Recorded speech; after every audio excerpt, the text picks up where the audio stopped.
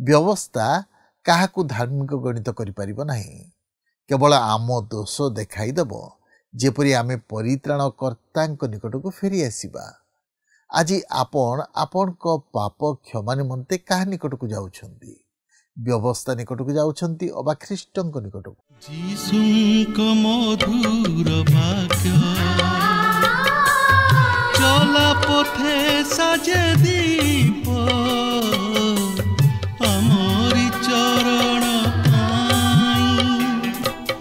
अलिभा आलोक देई जीवनर प्रतिपदे जीवनर प्रतिपदे बढ़ाए से सत्य पथे पथ प्रदर्शिका से जे पथ प्रदर्शिका पथ प्रदर्शिका पथ प्रदर्शिका। प्रिय दर्शक बंधु नमस्कार। प्रभु जीशुଙ୍କ मधुर नाम रे आपन को आज पथ प्रदर्शिका कार्यक्रम को स्वागत करूछि। आपन किमिति अछंती? मोर विश्वास प्रभुଙ୍କ दया और अनुग्रह रु आपन निश्चय भल थिबे। आपन नियमित आम कार्यक्रम देखुछंती, शिक्षा लाभ करूछंती और आत्मिक जीवन रे बढ़ुछंती, सेथिपई मु विशेष आनंदित। आपन को मतामत निश्चय टीवी स्क्रीन रे दिया जाइथिबा नंबर रे जणाइबे। आमे आपन को फोन कॉल रो अपेक्षा रे अछु। आपन को मध्यरु अनेक आम सहित फोन रे जोगाजोग करूछंती, सेमान को मु विशेष धन्यवाद दिए। जदि आपन एपर्यंत फोन करि नाहंती, आज ही आम सहित जोगाजोग करंतु। ए कार्यक्रम मध्य देई पुनि थरे आपन को सहित साक्षात करिवार सुजोग पाइथिबारु प्रभु को धन्यवाद दिए। प्रभु आपन को आशीर्वाद करंतु। आमे गलातीय पुस्तक अध्ययन करिबा समय लक्ष्य कलु जे पाउल तांको पत्रर आरंभ रे अनुजोग करी कहउछंती, अधिकार सहित पत्र लिखुछंती। आंतख्यारे पितरंकु अनुजोग करिथिबा मध्य आमे देखु। जेतेबेले पितर अण जिहुदी मानक सहित भोजन करिबाकू इच्छुक थिले, जिहुदी विश्वासी मानक भयरे सेमानक ठारू दूर को चली गले। जेतेबेले पितर कपटतार व्यवहार कले, पाउल अनुजोग करुछंती। आजिर अध्ययन रे आमे एक कथा देखु जे जो माने धार्मिकता निमंते व्यवस्था उपरे निर्भर न करी ख्रीष्टଙ୍କ परित्राणर कार्य उपरे भरोसा स्थापन करुथिले, सेमानकु भ्रांत शिक्षा दिया जाउथिला। व्यवस्था काहाकू धार्मिक गणित करि परिबो नाही, केवल आम दोष देखाईदेव जेपरी आमे परित्राणकर्ताଙ୍କ निकटକୁ फेरी आसिबा। आज आपण को पाप क्षमा निमंते काहा निकटକୁ जाउछंती? व्यवस्था निकटକୁ जाउछंती अबा ख्रीष्टଙ୍କ निकटକୁ? पाउल निज अनुभूति विषय कहउछंती। से कहंती, मु संपूर्ण निजको अस्वीकार करिछि, मु ख्रीष्टଙ୍କ उपरे निर्भर करिछि। तेणु से कहले, मु ख्रीष्टଙ୍କ सहित क्रूसरे हत होई अछि, मु आउ जीवित नुहे। पाउलଙ୍କ कहिबा अर्थ कोन थिला? से संपूर्ण प्रभुଙ୍କ उपरे भरोसा स्थापन करिथिले। आज कौन आम भरोसा ख्रीष्ट जीशुଙ୍କ ठारे अछि कि? आमे कौन तांको उपरे निर्भर करूछु कि? तेबे आसंतु ए संपर्क रे अधिक पुंखानुपुंख भावे आलोचना करिबा पूर्वरु एक भक्तिमूलक गीत सुनिबा।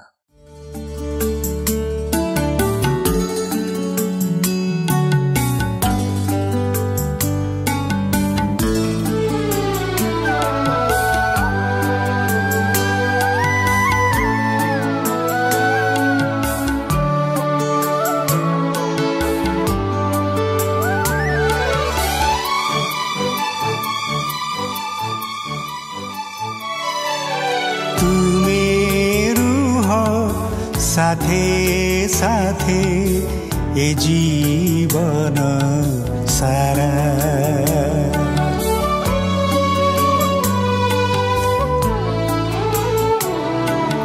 तुम्हें रूह साथे साथे ए जीवन सारा प्रभु तुम्हें रूह साथे साथे ए जीवन सारा भूली सबु चालुथिबी तुम पछे परा ए जीवन सारा प्रभु तुमे रुह साथे साथे ए जीवन सारा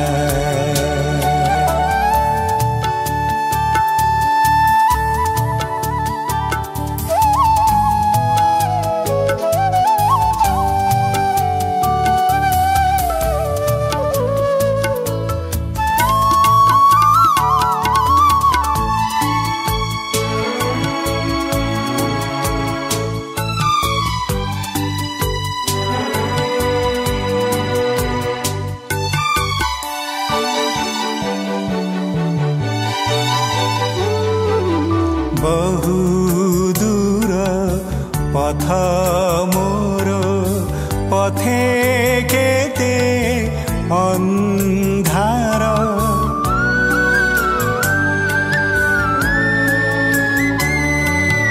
बहु दूर पथ मोर पथे केते अन्धार तुमे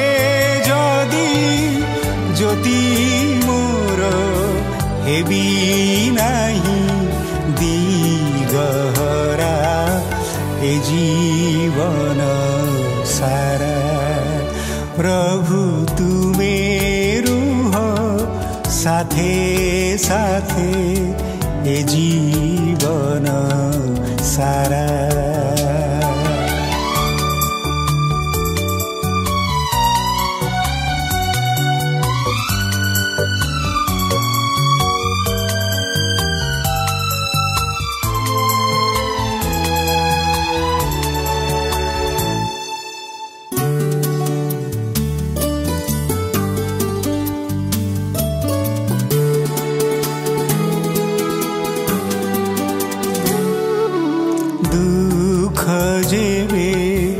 आसे मने जीवी तुम सन्निधाने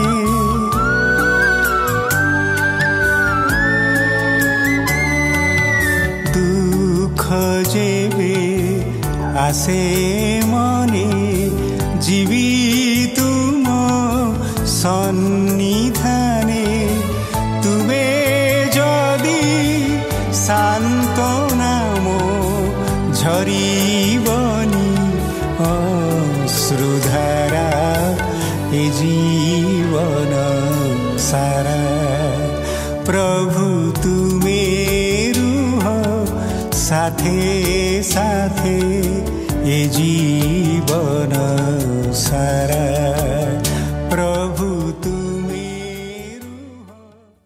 आसंतु वर्तमान आमे प्रभुंकर वाक्य मध्य को जीवा। आज आमे गालातीय पत्रर 2 पर्वर 17 पदरू आरंभ करी 21 पद पर्यंत अध्ययन करने निमंते जीवा। तेबे एई गालातीय 2 पर्वर 17 पदरे एहिपरि लेखा अछि, किंतु ख्रीष्टଙ୍କ द्वारा धार्मिक गणित हेबाकू चेष्टा करी आम्भे माने निजे मध्य जदि पापी बोली देखागलु तेबे ख्रीष्ट कि पापर सेवक ताहा केबे ही न हेउ। एठारे धार्मिक बोली गणित हेबा नेई ग्रीक रे जो शब्द प्रयोग करा जाय अछि तार अर्थ होछि जने व्यक्ति को ठीक बोली कहिबा अथवा ताहाकू ठीक रे परिणत कराइबा। आम्भे माने जीशुख्रीष्टଙ୍କଠାରେ विश्वास करने द्वारा ताहांक द्वारा धार्मिक बोली गणित होइअछु।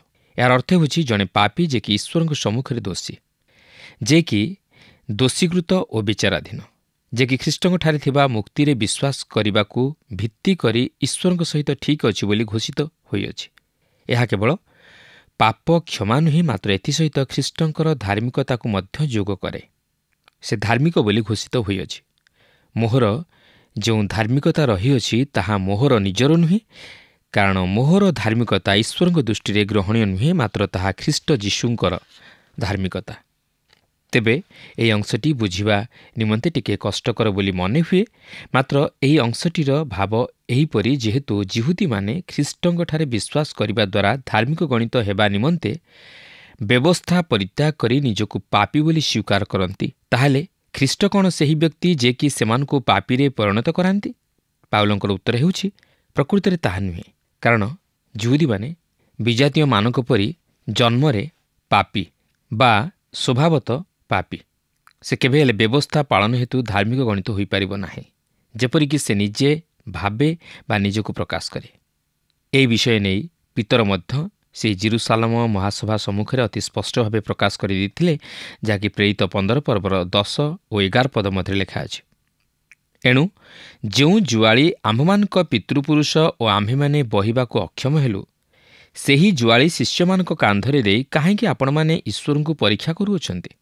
କିନ୍ତୁ ସେମାନେ ଯେ ପ୍ରକାର, ଆମ୍ଭେମାନେ ମଧ୍ୟ ସେ ପ୍ରକାର ପ୍ରଭୁ ଯୀଶୁଙ୍କ ଅନୁଗ୍ରହରେ ପରିତ୍ରାଣ ପାଇବୁ ବୋଲି ବିଶ୍ୱାସ କରୁଅଛୁ। ଆପଣ ଦେଖନ୍ତୁ, ପିତର ଓ ପାଉଲ ବିଶ୍ୱାସ ଦ୍ୱାରା ଧାର୍ମିକ ଗଣିତ ହେବାର ଧର୍ମତତ୍ତ୍ୱ ନେଇ ଏକମତ ଥିଲେ।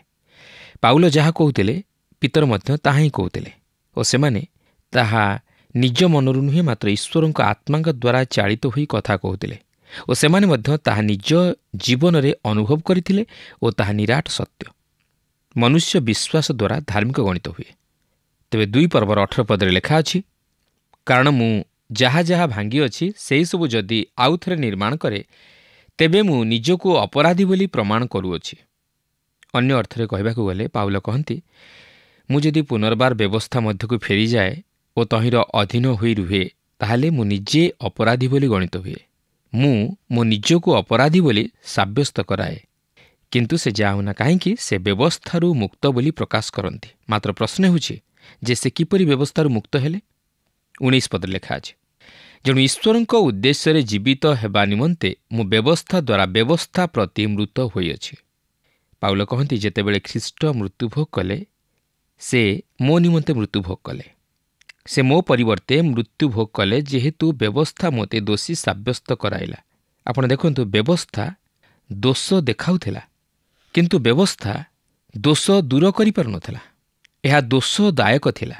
ସେଥିପାଇଁ 2 କରିନ୍ଥୀୟ 3 ପର୍ବର 7 ପଦରେ ପାଉଲ ଏହାକୁ ମୃତ୍ୟୁଦାୟକ ବୋଲି ପ୍ରକାଶ କରନ୍ତି। ଦେଖନ୍ତୁ, ସେଠାରେ ଏହିପରି ଲେଖା ଅଛି, ଆଉ ଯଦି ଅକ୍ଷରରେ ପ୍ରସ୍ତର ଉପରେ ଖୋଦିତ ମୃତ୍ୟୁଦାୟକ ବ୍ୟବସ୍ଥାର ସେବା କାର୍ଯ୍ୟ ଏପରି ଗୌରବରେ ପ୍ରକାଶିତ ହୋଇଥିଲା ଯେ ଇସ୍ରାଏଲ ସନ୍ତାନମାନେ ମୋଶାଙ୍କ ମୁଖର କ୍ଷଣସ୍ଥାୟୀ ତେଜ ସକାଶେ ତାହାଙ୍କ ମୁଖ ପ୍ରତି ସ୍ଥିର ଦୃଷ୍ଟିରେ ଚାହିଁପାରିଲେ ନାହିଁ, ତେବେ ଆତ୍ମିକ ସେବା କାର୍ଯ୍ୟ କେତେ ଅଧିକ ଗୌରବଯୁକ୍ତ ନ ହେବ? ପ୍ରକୃତରେ ବ୍ୟବସ୍ଥା ଆମକୁ ଦୋଷୀକୃତ କରେ ଓ ଆମମାନଙ୍କର ଦୋଷ ଦୁର୍ବଳତାକୁ ଦେଖାଇଦିଏ, ମାତ୍ର ଏହା ଉଦ୍ଧାର କରିପାରେ ନାହିଁ। ଏପରିକି ଈଶ୍ୱର ମଧ୍ୟ ବ୍ୟବସ୍ଥା ଅନୁଯାୟୀ ଇସ୍ରାଏଲ ଜାତିକୁ ବିନଷ୍ଟ କରିବାକୁ ଥିଲା, ମାତ୍ର ଈଶ୍ୱର ସେମାନଙ୍କ ନିମନ୍ତେ 5ଟି ବଳିଦାନ ପ୍ରଥା ପ୍ରଦାନ କଲେ ଓ ସେହିସବୁ କେବଳ ଖ୍ରୀଷ୍ଟଙ୍କ ପ୍ରତି ଅଙ୍ଗୁଳି ନିର୍ଦ୍ଦେଶ କରେ। ଈଶ୍ୱର ତାହାଙ୍କର ଅସୀମ ଅନୁଗ୍ରହରେ ସେମାନଙ୍କୁ ଉଦ୍ଧାର କରିବା ନିମନ୍ତେ ସମର୍ଥ ହୋଇଥିଲେ। ତେଣୁକରି ବ୍ୟବସ୍ଥା ମୋତେ ମଧ୍ୟ ଦୋଷୀ ସାବ୍ୟସ୍ତ କରାଏ। ଏହା କହେ ଯେ ମୋତେ ମରିବାକୁ ଥିଲା ଓ ଏହା ମୋତେ ମାରିଦେଇଛି। ମୁଁ ବ୍ୟବସ୍ଥା ପ୍ରତି ମୃତ ହୋଇଯାଇଛି। ମୁଁ ବ୍ୟବସ୍ଥା ଅନୁଯାୟୀ ମୃତ୍ୟୁବରଣ କରିଅଛି। ମାତ୍ର ବ୍ୟବସ୍ଥା ମୋ ପ୍ରତି ଯାହା ସାଧନ କରିପାରିଲା ନାହିଁ, ଖ୍ରୀଷ୍ଟ ମୋ ପାଇଁ ତାହା ସାଧନ କଲେ। ସେ ମୋ ନିମନ୍ତେ ବଳୀକୃତ ହୋଇ ମୋତେ ବ୍ୟବସ୍ଥାର ଅଧୀନରୁ ମୁକ୍ତ କଲେ। ସେ ମୋତେ ଜୀବନ ଦେଲେ। ତେଣୁ ଏଠାରେ ସେ କେବଳ ମୋ ସ୍ଥାନରେ ମୃତ୍ୟୁଭୋଗ କଲେ ନାହିଁ, ମାତ୍ର ସେ ମୋ ନିମନ୍ତେ କିଛି ସାଧନ କଲେ। ସେ ମୋତେ ଜୀବନ ଦେବା ନିମନ୍ତେ ସମର୍ଥ ଥିଲେ। ସେ ମୃତ୍ୟୁରୁ ଉଠି ଆସିଲେ। ଆପଣ ଦେଖନ୍ତୁ, ବ୍ୟବସ୍ଥା ଆମକୁ ହାତ କଡ଼ି ପିନ୍ଧାଇଲା, ଦୋଷାରୋପ କଲା, ମୃତ୍ୟୁଦଣ୍ଡରେ ଦଣ୍ଡିତ କଲା ଓ ଆମକୁ ବଦ୍ଧ କଲା। ସେହିସବୁ ବ୍ୟବସ୍ଥା ଆମମାନଙ୍କ ନିମନ୍ତେ ସାଧନ କଲା। ଆପଣ ଯଦି ବ୍ୟବସ୍ଥା ପଥ ଦେଇ ଆସିବାକୁ ଚାହାନ୍ତି, ତାହେଲେ ଆପଣ ମୃତ୍ୟୁ ହିଁ କେବଳ ପାଇବେ, କିନ୍ତୁ ଖ୍ରୀଷ୍ଟ ହିଁ କେବଳ ଆପଣଙ୍କୁ ଜୀବନ ଦେଇପାରିବେ। ଆଉ ଜୀବନ ହେଉଛି ଏପରି ଏକ ବିଷୟ ଯାହାକି ଆଜି ଆମେ ଆବଶ୍ୟକ କରୁ। କେବଳ ଖ୍ରୀଷ୍ଟ ଆପଣଙ୍କୁ ଜୀବନ ଦେଇପାରିବେ ଓ ପାପରୁ ଉଦ୍ଧାର କରି ଅନନ୍ତ ଜୀବନରେ ପ୍ରବେଶ କରାଇପାରିବେ। ସେହି ଖ୍ରୀଷ୍ଟଙ୍କ ମଧ୍ୟ ଦେଇ ଆପଣ ଈଶ୍ୱରଙ୍କ ନିକଟରେ ଧାର୍ମିକ ଗଣିତ ହୋଇପାରିବେ। ଏହାପରେ 2 ପର୍ବର 20 ପଦରେ ଲେଖା ଅଛି, ମୁଁ ଖ୍ରୀଷ୍ଟଙ୍କ ସହିତ କ୍ରୁଶରେ ହତ ହୋଇଅଛି। ମୁଁ ଆଉ ଜୀବିତ ନୁହେଁ, ମାତ୍ର ଖ୍ରୀଷ୍ଟ ମୋଠାରେ ଜୀବିତ ଅଛନ୍ତି। ପୁଣି ମୁଁ ଶରୀରରେ ଥାଇ ବର୍ତ୍ତମାନ ଯେଉଁ ଜୀବନଯାପନ କରୁଅଛି, ତାହା ବିଶ୍ୱାସରେ, ଅର୍ଥାତ୍ ଈଶ୍ୱରଙ୍କ ଯେଉଁ ପୁତ୍ର ମୋତେ ପ୍ରେମ କରି ମୋ ନିମନ୍ତେ ଆପଣାକୁ ଉତ୍ସର୍ଗ କଲେ, ତାହାଙ୍କଠାରେ ବିଶ୍ୱାସ କରି ଯାପନ କରୁଅଛି। ଅନେକ ଆଜି ଏପରି ଅଛନ୍ତି ଯେଉଁମାନେ କି ଏକ କୃଷାର୍ପିତ ଜୀବନଯାପନ କରିବାକୁ ଇଚ୍ଛା କରନ୍ତି ବୋଲି କହନ୍ତି, ମାତ୍ର ପାଉଲ ଏଠାରେ ତାହା କହୁନାହାନ୍ତି। ଆମେ ଖ୍ରୀଷ୍ଟଙ୍କ ସହିତ କୃଷାର୍ପିତ ହେବା ନିମନ୍ତେ ଅନ୍ୱେଷଣ କରିବା ଉଚିତ ନୁହେଁ, କାରଣ ଆମ୍ଭେମାନେ ତାହାଙ୍କ ସହିତ କୃଷାର୍ପିତ ହୋଇସାରିଛୁ। ସେ ଆମମାନଙ୍କର ପାପ ନିମନ୍ତେ କୃଷାର୍ପିତ ହୋଇସାରିଛନ୍ତି ଓ ସେହି ଶାସ୍ତି ଭୋଗ କରିସାରିଛନ୍ତି। ବର୍ତ୍ତମାନ ଆମକୁ ବ୍ୟବସ୍ଥା ଅନୁଯାୟୀ ନୁହେଁ, ମାତ୍ର ବିଶ୍ୱାସ ଅନୁଯାୟୀ ଜୀବନଯାପନ କରିବାକୁ ଅଛି। କାହାଠାରେ ବିଶ୍ୱାସ? ଈଶ୍ୱରଙ୍କ ପୁତ୍ରଙ୍କଠାରେ ଅର୍ଥାତ୍ ଯୀଶୁଖ୍ରୀଷ୍ଟଙ୍କଠାରେ ବିଶ୍ୱାସ କରିବାକୁ ଅଛି। ଯେହେତୁ ସେ ଆମ୍ଭମାନଙ୍କ ସ୍ଥାନରେ ଓ ଆମ୍ଭମାନଙ୍କ ପାପ ନିମନ୍ତେ ବଳୀକୃତ ହୋଇଅଛନ୍ତି ଓ ସେ ମୃତ୍ୟୁରୁ ପୁନରୁତ୍ଥିତ ହୋଇ ଆମ୍ଭମାନଙ୍କ ନିମନ୍ତେ ଧାର୍ମିକତା ସାଧନ କରିଅଛନ୍ତି।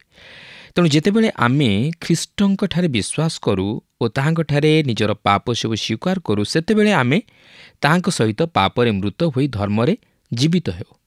ପାଉଲ କହନ୍ତି, ତେଣୁକରି ବ୍ୟବସ୍ଥାର ଅଧୀନରେ ସେ ଦୋଷୀକୃତ ହୋଇଥିଲେ ଓ ସେହି ବ୍ୟବସ୍ଥା ହେତୁ ସେ ହତ ହୋଇଥିଲେ। ତେବେ ଏହା କେତେବେଳେ ଘଟିଥିଲା? ଏହା ସେହି ସମୟରେ ଘଟିଥିଲା ଯେଉଁ ସମୟରେ ଖ୍ରୀଷ୍ଟ କୃଷାର୍ପିତ ହୋଇଥିଲେ। ପାଉଲ ଖ୍ରୀଷ୍ଟଙ୍କ ସହିତ କୃଷରେ ହତ ହୋଇଥିଲେ। ତେଣୁକରି ସେ କହନ୍ତି, ମୁଁ ଆଉ ଜୀବିତ ନୁହେଁ, ମାତ୍ର ଖ୍ରୀଷ୍ଟ ମୋଠାରେ ଜୀବିତ ଅଛନ୍ତି। ଅର୍ଥାତ୍ ସେ ଖ୍ରୀଷ୍ଟଙ୍କଠାରେ ଥାଇ ଜୀବନଯାପନ କରୁଥିଲେ। ସେହି ଖ୍ରୀଷ୍ଟ ଆଜି ମଧ୍ୟ ଜୀବିତ ଓ ସେ ଆମ୍ଭମାନଙ୍କୁ ଜୀବନ ଦେବା ପାଇଁ ଚାହାନ୍ତି, ମାତ୍ର ଆମମାନଙ୍କର ବିଶ୍ୱାସ ଆବଶ୍ୟକ। ତାହେଲେ ସେ ଆମ୍ଭମାନଙ୍କ ସହିତ ରହିବେ ଓ ଆମେ ମଧ୍ୟ ତାଙ୍କ ସହିତ ରହିପାରିବା ଓ ତାହାଙ୍କ ନିମନ୍ତେ ଜୀବନଯାପନ କରିପାରିବା। ସେ ଆମମାନଙ୍କୁ ତାହାଙ୍କର ମନର ମତ ଜୀବନଯାପନ କରିବା ନିମନ୍ତେ ଶକ୍ତି ଦେବେ। ସେ ଆମମାନଙ୍କୁ ଏକ ନୂତନ ଜୀବନ ପ୍ରଦାନ କରିବେ। ସେ ଆଜି ମଧ୍ୟ ଆପଣଙ୍କୁ ଓ ମୋତେ ପ୍ରେମ କରନ୍ତି ଓ ଆମ୍ଭମାନଙ୍କୁ ବାସ୍ତବ ଜୀବନ ଦେବାକୁ ଚାହାନ୍ତି। ମୋର ଜଣେ ପାଳକ ବନ୍ଧୁ କହନ୍ତି ଯେ ସେ ଏକ ମଣ୍ଡଳୀରେ ପାଳକତ୍ୱ କାର୍ଯ୍ୟ କରୁଥିବା ସମୟରେ ଯେତେବେଳେ ସେ ପ୍ରଭୁଙ୍କର ବାକ୍ୟ ପରିବେଷଣ ସମାପ୍ତ କଲେ, ସେତେବେଳେ ଜଣେ ଯୁବକ ତାହାଙ୍କ ନିକଟକୁ ଆସି ପଚାରିଲେ, ପାଳକ ବାବୁ, ଆପଣ କ'ଣ ଏକ କୃଷାର୍ପିତ ଜୀବନଯାପନ କରୁଅଛନ୍ତି? କିନ୍ତୁ ମୋର ବନ୍ଧୁ ଜଣକ ଯେତେବେଳେ ତାହାଙ୍କୁ କହିଲେ ଯେ ସେ କରିପାରୁନାହାନ୍ତି, ସେତେବେଳେ ଯୁବକଟି ଚମତ୍କୃତ ହୋଇଗଲେ। ତାପରେ ମୋର ବନ୍ଧୁ ଜଣକ ପଚାରିଲେ, ଆପଣ କ'ଣ କରିପାରୁଛନ୍ତି? ସେ କିଛି ସମୟ ପର୍ଯ୍ୟନ୍ତ ଅନିଚ୍ଛୁକ ରହି ତାପରେ କହିଲେ, ହଁ, ମୁଁ ଚେଷ୍ଟା କରୁଅଛି। ତାପରେ ମୋର ବନ୍ଧୁ ଜଣକ ତାହାଙ୍କୁ କହିଲେ, ଆପଣ ଯେଉଁ ପ୍ରଶ୍ନଟି ମୋତେ ପଚାରିଲେ ଏହା ତାହା ନୁହେଁ। ଆପଣ ଜାଣିବାକୁ ଚାହିଁଥିଲେ ଯେ ମୁଁ କୃଷାର୍ପିତ ଜୀବନଯାପନ କରୁଅଛି କି ନାହିଁ, ଆଉ ମୁଁ ଆପଣଙ୍କୁ କହିଲି ନାହିଁ। ବର୍ତ୍ତମାନ ଆପଣ ମୋତେ ଆପଣଙ୍କ ଜୀବନ ବିଷୟ ନେଇ କୁହନ୍ତୁ, ହଁ କି ନାହିଁ। ଆପଣ କ'ଣ କୃଷାର୍ପିତ ଜୀବନଯାପନ କରୁଅଛନ୍ତି କି? ସେ ପୁନର୍ବାର ମୋର ବନ୍ଧୁଙ୍କୁ କହିଲେ, ମୁଁ ଚେଷ୍ଟା କରୁଅଛି। ତାପରେ ମୋର ବନ୍ଧୁ ତାହାଙ୍କୁ କହିଲେ, ହୋଇପାରେ ଆପଣ ତାହା କରୁଅଛନ୍ତି କିମ୍ବା କରୁନାହାନ୍ତି, ମାତ୍ର ଘଟଣାଟି ହେଉଛି ଯେ ଆପଣ ଏହିପରି ଜୀବନଯାପନ କରିପାରିବେ ନାହିଁ। କିନ୍ତୁ ସେ କହିଲେ, ମୁଁ କାହିଁକି ପାରିବି ନାହିଁ? ତେଣୁ ମୋର ବନ୍ଧୁ ଜଣକ ତାହାଙ୍କୁ ଉତ୍ତର ଦେଲେ ଯେ କୃଷାର୍ପିତ ବିଷୟ ନେଇ ଏକ କୌତୂହଳର ବିଷୟ ଆପଣଙ୍କୁ ଜାଣି ରଖିବାକୁ ହେବ। ଆପଣ ଅନେକ ଉପାୟରେ ଆତ୍ମହତ୍ୟା କରିପାରନ୍ତି।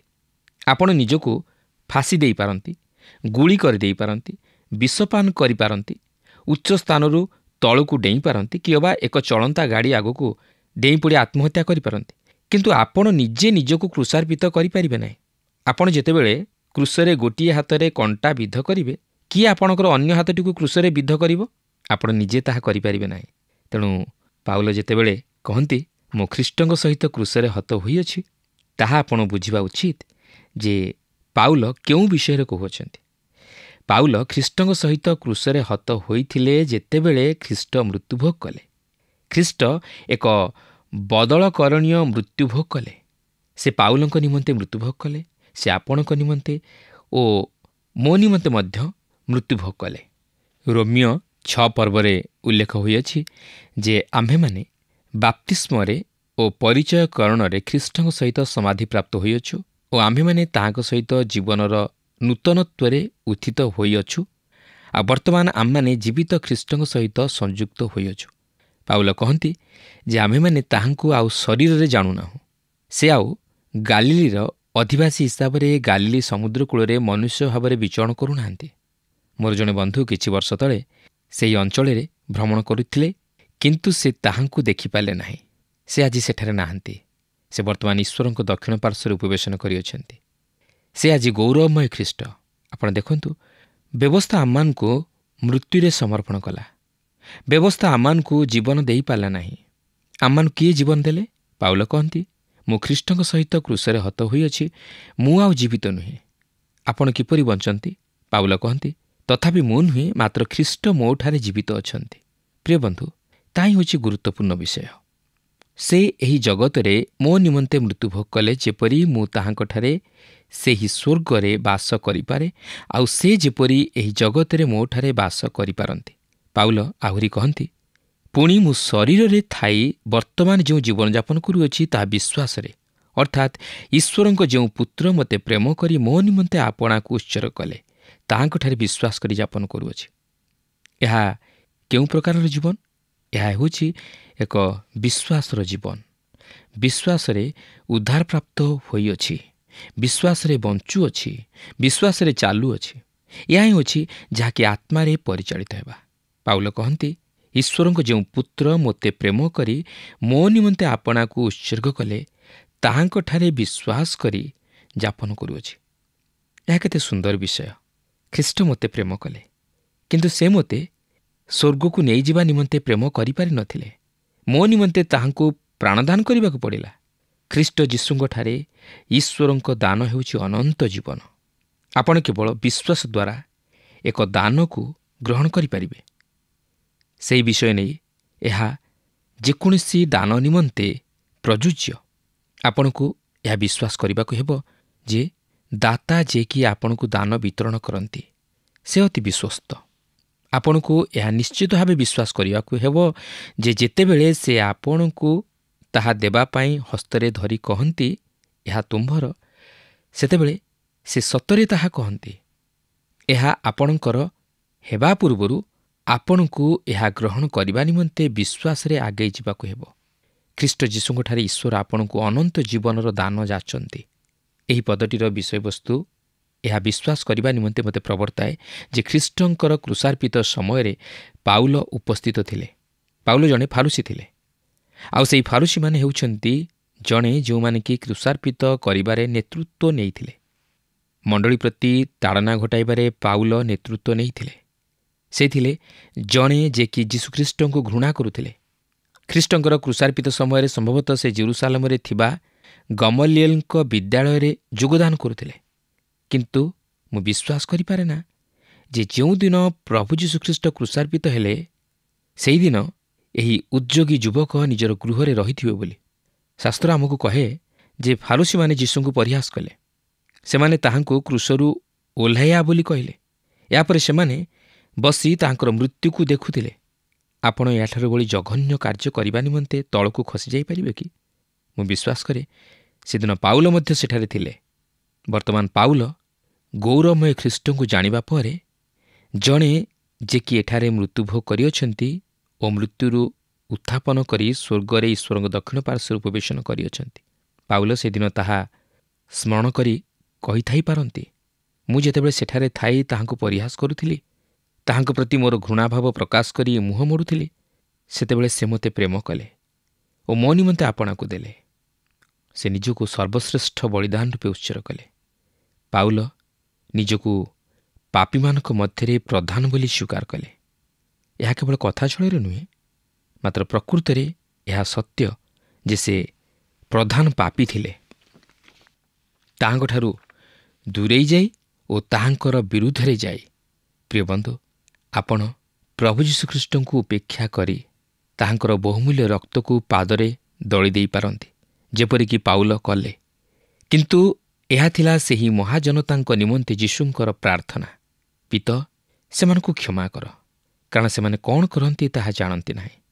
ଯାହାକି ଲୁକ 23 ପର୍ବର 34 ପଦରେ ଲେଖା ଅଛି। ଏପରିକି ଆପଣ ଯଦି ତାହାଙ୍କୁ ଘୃଣା କରନ୍ତି, ତଥାପି ସେ ଆପଣଙ୍କୁ ପ୍ରେମ କରନ୍ତି ଓ ଆପଣଙ୍କ ନିମନ୍ତେ ଆପଣାକୁ ଉତ୍ସର୍ଗ କରିଅଛନ୍ତି। ଆସନ୍ତୁ ଏହାପରେ 2 ପର୍ବର 21 ପଦ ମଧ୍ୟକୁ ଯିବା। ଏଠାରେ ଏହିପରି ଲେଖା ଅଛି, ମୁଁ ଈଶ୍ୱରଙ୍କ ଅନୁଗ୍ରହକୁ ବ୍ୟର୍ଥ କରୁନାହିଁ, କାରଣ ଯଦି ବ୍ୟବସ୍ଥା ଦ୍ୱାରା ଧାର୍ମିକତା ଲାଭ ହୁଏ, ତାହେଲେ ଖ୍ରୀଷ୍ଟଙ୍କ ମୃତ୍ୟୁଭୋଗ କରିବା ବୃଥା। ଏହି ପଦଟିର ମୁଖ୍ୟ ଭାବ ହେଉଛି ଯେ ଯଦି ଅନ୍ୟ କୌଣସି ଉପାୟରେ ପାପୀକୁ ଉଦ୍ଧାର କରିବା ସହଜ ହୋଇଥାନ୍ତା, ତାହେଲେ ଈଶ୍ୱର ତାହା ମଧ୍ୟ ବ୍ୟବହାର କରିଥାନ୍ତେ। ଯଦି ବ୍ୟବସ୍ଥା ବା କୌଣସି ଧର୍ମ ପାପୀକୁ ଉଦ୍ଧାର କରିପାରିଥାନ୍ତା, ତାହାହେଲେ ଈଶ୍ୱର ମଧ୍ୟ ତାହା ବ୍ୟବହାର କରିଥାନ୍ତେ। କିନ୍ତୁ ଈଶ୍ୱର କେବଳ ଗୋଟିଏ ଉପାୟରେ ପାପୀର ଉଦ୍ଧାର ନିମନ୍ତେ ପଥ ଖୋଲି ଦେଇଥିଲେ, ଆଉ ତାହା ହେଉଛି ତାହାଙ୍କର ଅଦ୍ୱିତୀୟ ପ୍ରିୟ ପୁତ୍ର ପ୍ରଭୁ ଯୀଶୁ ଖ୍ରୀଷ୍ଟଙ୍କୁ ଏହି ଜଗତକୁ ପଠାଇ ଆମ୍ଭମାନଙ୍କ ନିମନ୍ତେ ସେହି ପ୍ରାୟଶ୍ଚିତ କାର୍ଯ୍ୟ ସାଧନ କରିବା ଦ୍ୱାରା ସେ ଯେ କେବଳ ହତ ହେଲେ ତାହା ନୁହେଁ, ମାତ୍ର ସେ ମୃତ୍ୟୁରୁ ପୁନରୁତ୍ଥିତ ହେବା ଦ୍ୱାରା ଆମ୍ଭମାନଙ୍କ ନିମନ୍ତେ ଧାର୍ମିକତା ସାଧନ କରି ଆମମାନଙ୍କର ଧାର୍ମିକତା ସ୍ୱରୂପ ହେଲେ। ତେଣୁ ଆସୁ ସେହି ଖ୍ରୀଷ୍ଟଙ୍କଠାରେ ବିଶ୍ୱାସ କରି ଓ ତାହାଙ୍କୁ ନିଜ ହୃଦୟରେ ଉଦ୍ଧାରକର୍ତ୍ତା ରୂପେ ଗ୍ରହଣ କରି ତାହାଙ୍କ ଅନୁଗ୍ରହର ଅଧିକାରୀ ହେବା ସଙ୍ଗେ ସଙ୍ଗେ ଏକ ନୂତନ ଜୀବନ ଲାଭ କରିବା ପାଇଁ ଚେଷ୍ଟା କରୁ। ପ୍ରିୟ ବନ୍ଧୁ, ଆମେ ଜାଣି ରଖିବା ଉଚିତ। ପ୍ରଭୁ ପ୍ରତ୍ୟେକଙ୍କୁ ଏହି ସଂକ୍ଷିପ୍ତ ଆଲୋଚନା ମଧ୍ୟ ଦେଇ ଆଶୀର୍ବାଦ କରନ୍ତୁ। ମୋର ବିଶ୍ୱାସ ଆଜିର କାର୍ଯ୍ୟକ୍ରମ ଆପଣଙ୍କୁ ନିଶ୍ଚୟ ଭଲ ଲାଗିଥିବ। ଆମେ ଆଜି ଆଲୋଚନା କରୁଥିଲୁ ଯେ ଜଣେ ବ୍ୟକ୍ତି କିପରି ଧାର୍ମିକ ଗଣିତ ହୋଇପାରିବ। ଆମେ ସମସ୍ତେ ଜାଣୁ ଯେ ପାପର ବେତନ ମୃତ୍ୟୁ ଅଟେ।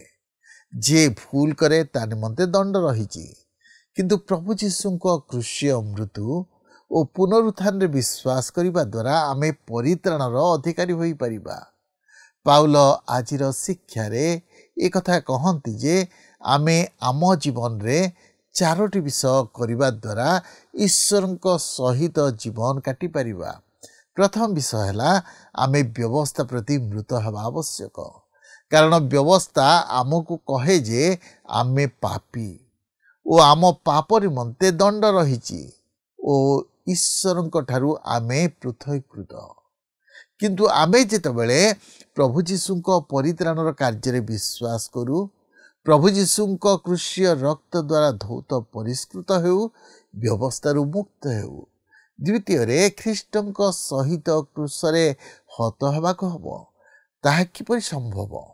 ଆମେ ଯେତେବେଳେ ଯୀଶୁ ଖ୍ରୀଷ୍ଟଙ୍କ ବଳିଦାନ ଓ ପୁନରୁତ୍ଥାନରେ ସମ୍ପୂର୍ଣ୍ଣ ବିଶ୍ୱାସ କରୁ, ତେବେ ସମ୍ଭବ ଆମେ ନିଜକୁ ବଳି ଦେଇପାରିବା। ତୃତୀୟରେ ଖ୍ରୀଷ୍ଟ ଯୀଶୁଙ୍କୁ ଆମ ହୃଦୟରେ ସ୍ଥାନ ଦେବା ଦ୍ୱାରା ଓ ଚତୁର୍ଥରେ ଈଶ୍ୱରଙ୍କ ଅନୁଗ୍ରହରେ ଭରସା କରିବା ଦ୍ୱାରା। ଆଜି କ'ଣ ଆମ ଜୀବନରେ ଏଇ 4ଟି ବିଷୟ ଦେଖା ଦେଉଛି କି? ଆଜି ତ ଆମ ସମୟ ଶେଷ ହେଲାଣି। ପରବର୍ତ୍ତୀ କାର୍ଯ୍ୟକ୍ରମରେ ପୁଣି ଆପଣଙ୍କ ସହିତ ସାକ୍ଷାତ ହେବ। ବିଦାୟ ନେବା ପୂର୍ବରୁ ଆସନ୍ତୁ ପ୍ରାର୍ଥନା କରିବା। ଦୟାଳୁ ପ୍ରେମମୟ ପ୍ରଭୁ, ଆମେ ତୁମର ଧନ୍ୟବାଦ କରୁଅଛୁ। ପ୍ରଭୁ, ତୁମେ ପରିତ୍ରାଣ ଦେବା ପାଇଁ ଏହି ଜଗତକୁ ଓହ୍ଲେଇ ଆସିଲ। ଆମମାନଙ୍କ ପାପ ନିମନ୍ତେ ନିଜେ ବଳୀକୃତ ହେଲ। ପ୍ରଭୁ, କବର ତୁମକୁ ଧରି ରଖିପାରିଲା ନାହିଁ, ତୁମେ ପୁନରୁତ୍ଥିତ ହେଲ। ପ୍ରଭୁ, ତୁମର ସେଇ କ୍ରୁଶୀୟ ମୃତ୍ୟୁ ଓ ପୁନରୁତ୍ଥାନରେ ବିଶ୍ୱାସ କରିବା ଦ୍ୱାରା ଆମେ ଅନନ୍ତ ଜୀବନର ଅଧିକାରୀ ହୋଇପାରିବୁ। ପ୍ରଭୁ, ତୁମେ ଆମମାନଙ୍କୁ ଅନୁଗ୍ରହ କର, ଯେପରି ତୁମ ଉପରେ ସମ୍ପୂର୍ଣ୍ଣ ବିଶ୍ୱାସ କରିବୁ, ଭରସା କରିବୁ, ତୁମଠାରେ ନିର୍ଭର ରଖିବୁ, ସେପରି କୃପା ତୁମେ କର। ତୁମେ ଆମମାନଙ୍କ ପ୍ରାର୍ଥନା ଶୁଣିଲ, ଧନ୍ୟବାଦ ଦେଇ ଏହି ପ୍ରାର୍ଥନା ଆମମାନଙ୍କ ନିମନ୍ତେ ପ୍ରାଣ ଦେଇଥିବା ପ୍ରିୟ ଯୀଶୁଙ୍କ ନାମରେ ମାଗିଲୁ, ଆମେନ୍। ବହୁତ ବହୁତ ଧନ୍ୟବାଦ। ପ୍ରଭୁ ଆପଣଙ୍କୁ ଆଶୀର୍ବାଦ କରନ୍ତୁ। ଗତ ପ୍ରଶ୍ନର ଉତ୍ତରଟି ହେଉଛି ସି, ବିଶ୍ୱାସ ଦ୍ୱାରା। ଆଜିର ପ୍ରଶ୍ନ ହେଉଛି କିଏ ଜୀବନ ଦେଇପାରିବେ? ଏ, ଖ୍ରୀଷ୍ଟ, ବି, ବ୍ୟବସ୍ଥା, ସି, ଧର୍ମକର୍ମ, ଡି, ସମ୍ମାନ।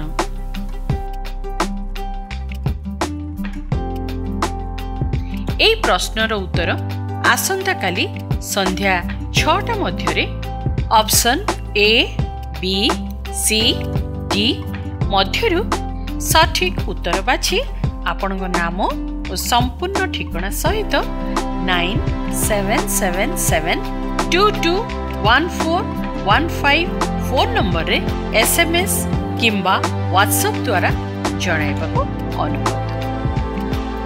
जदि आपको आम कार्यक्रम भल लगुच तेबे 0444908126 रे मिस्ड कॉल दे विजय होई परिबे।